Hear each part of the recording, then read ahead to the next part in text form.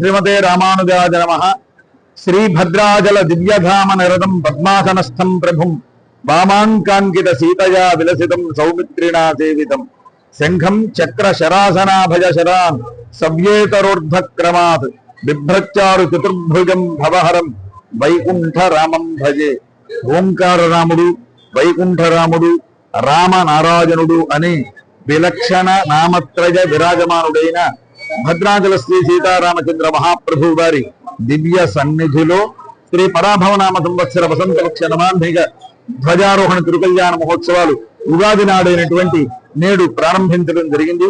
ఈ రోజు ఉదయం గోదావరి నదికి వెళ్లి ఆచార్య బ్రహ్మర్తుకులంతా కూడా వెళ్ళి గోదావరి నదీ తీర్థాన్ని తీసుకొని వచ్చి స్వామివారికి ఆరాధనాది కైంకర్యాలన్నీ నిర్వర్తించడం.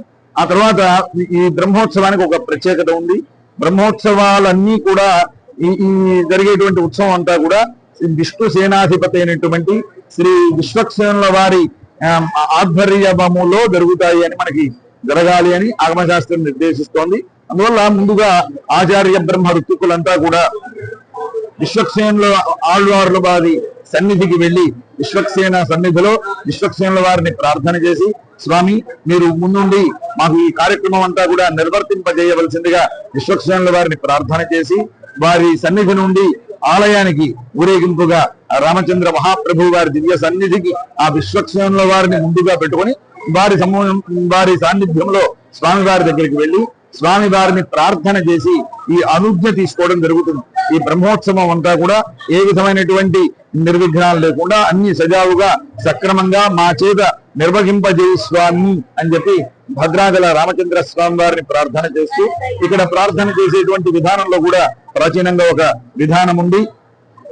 శ్రీమన్నారాయణ భగవన్ హనుమత్ సీతా లక్ష్మణ భరత శత్రుఘ్న సమేత శ్రీరామచంద్ర నూపుర పీతాంబరధర ఖగవాహన అర్ణవశయన అంటూ అద్భుతమైనటువంటి ఒక చూర్మికని స్వామివారి సమక్షంలో ప్రార్థన చేసి ఈ మహోత్సవానికి స్వామివారి వద్ద అనుజ్ఞ తీసుకొని ఆ తర్వాత శ్రీ వైష్ణవోత్తములు, పాంచరాత్రాగమ విశారదులు, బ్రహ్మవేత్తలు, వేద విధులు, పూర్వ అర్చకులు అందరినీ కూడా పెద్దలందరినీ కూడా నమస్కరించుకొని వారి సమక్షంలో విశ్వక్సేనుల వారికి శ్రీ శఠారి మర్యాదని సమర్పించి అప్పుడు ఉత్సవమూర్తుల వద్ద మండపంలో ప్రత్యేకమైన మండపంలో స్వామివారికి విశ్వక్సేన పూజ, పుణ్యాహవాచనాది కైంకర్యాలన్నీ నిర్వర్తించి పరిషత్ ప్రార్థన గావించుకొని ఈ బ్రహ్మోత్సవంలో ఎవరెవరు ఏ ఏ విధులు నిర్వర్తించాలో అనేక మంది కైంకర్య పరులు ఈ స్వామివారి సేవలో పాల్గొంటారు.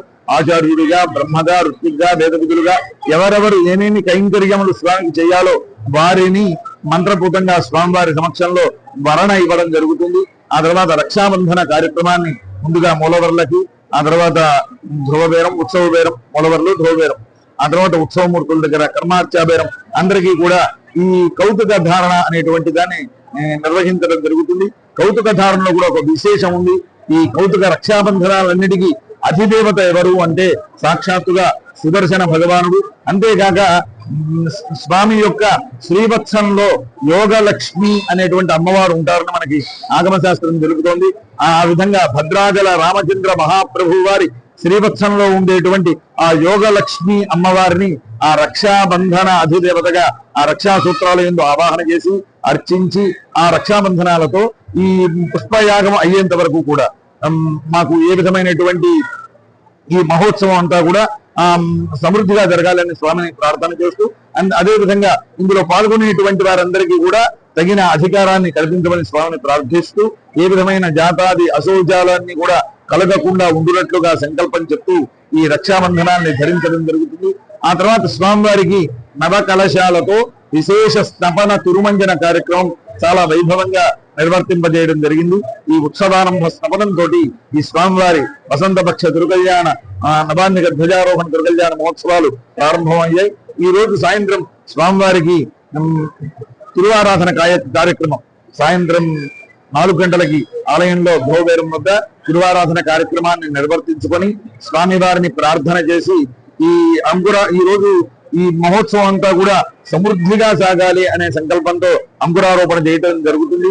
దానికోసం ముందుగా మృత్సంగ్రహణం అంటే మట్టిని సేకరించాలి, పుట్టమన్ను అర్చన అంటారు. దానికోసం మన గోవిందరాయ స్వామి వారి ఆలయానికి ఊరేగింపుగా వెళ్ళడం జరుగుతుంది. ఈ రోజు ఉత్సవంలో ఒక ప్రత్యేకత ఉంది. ప్రతి సంవత్సరం కూడా ఈ రోజు జరిగే ఈ మృత్సంగ్రహణ ఉత్సవంలో ప్రత్యేకంగా స్వామివారి సర్వ సైన్యాధిపతి అయినటువంటి విశ్వక్సేనుల వారి సమక్షంలో ఈ ఉత్సవం ప్రారంభమవుతుంది. విశ్వక్సేనుల వారిని, ఆంజనేయ స్వామి వారిని, గరుత్మంతుల వారిని, సుదర్శన స్వామిని వారందరినీ కూడా ఈ రోజు తిరువీధి సేవలో భద్రాచల రామచంద్ర మహాప్రభు వారు ఉత్సవ మూర్తులతో పాటు వీరందరినీ కూడా ప్రత్యేకమైన వాహనంలో తిరువీధి సేవగా తీసుకుని వెళ్లి స్థానిక గోవిందరాజస్వామి వారి ఆలయంలో మృత్సంగ్రహణం అనేటువంటి కార్యక్రమాన్ని మంత్రపూతంగా ఆగమశాస్త్ర విహితముగా చేయడం జరుగుతుంది. అక్కడ వరాహస్వామిని, భూమిదేవిని ఆవాహన చేసి అర్చించి ఆ మృత్తికని సేకరించి ఆ మృత్తికని వేద వాద్య పురస్సరముగా భద్రాద్రి రామచంద్ర మహాప్రభు వారి దివ్య సన్నిధికి తీసుకుని వచ్చి ఇక్కడ రాత్రి సమయంలో అంటే పంచాంగ శ్రవణాది కార్యక్రమం పూర్తయిన పిదప యాగశాలలో అంకురారోపణ కార్యక్రమం వైభవంగా జరుగుతుంది. ఈ రోజు నుంచి ఈ అంకురారోపణ ప్రతిరోజు అంకురారోపణ గావించిన తర్వాత ప్రతినిత్యం కూడా యాగశాలలో ఉండేటువంటి ఆ ద్వార దేవతలు వీరందరికీ కూడా ప్రతినిత్యం అర్చనాదులు జరుపుతూ ఈ కార్యక్రమాన్ని నిర్వర్తించడం జరుగుతుంది. ప్రధానమైన నవాన్నిక దీక్ష 25వ తారీఖు సప్తమి నాడు ధ్వజారోహణతో ప్రారంభమవుతుంది. దానికి పూర్వరంగ కార్యక్రమాలు వరుసగా మనకి క్రమంగా జరుగుతాయి. భక్తులంతా స్వామివారికి జరిగేటువంటి ఈ వసంత పక్ష నవాన్నిక ధ్వజారోహణ తిరుకల్యాణ మహోత్సవాల్లో పాల్గొని స్వామిని సేవించి తరించవలసిందిగా కోరుతున్నా. జై శ్రీరామ్. శ్రీమనుజాయ నమః.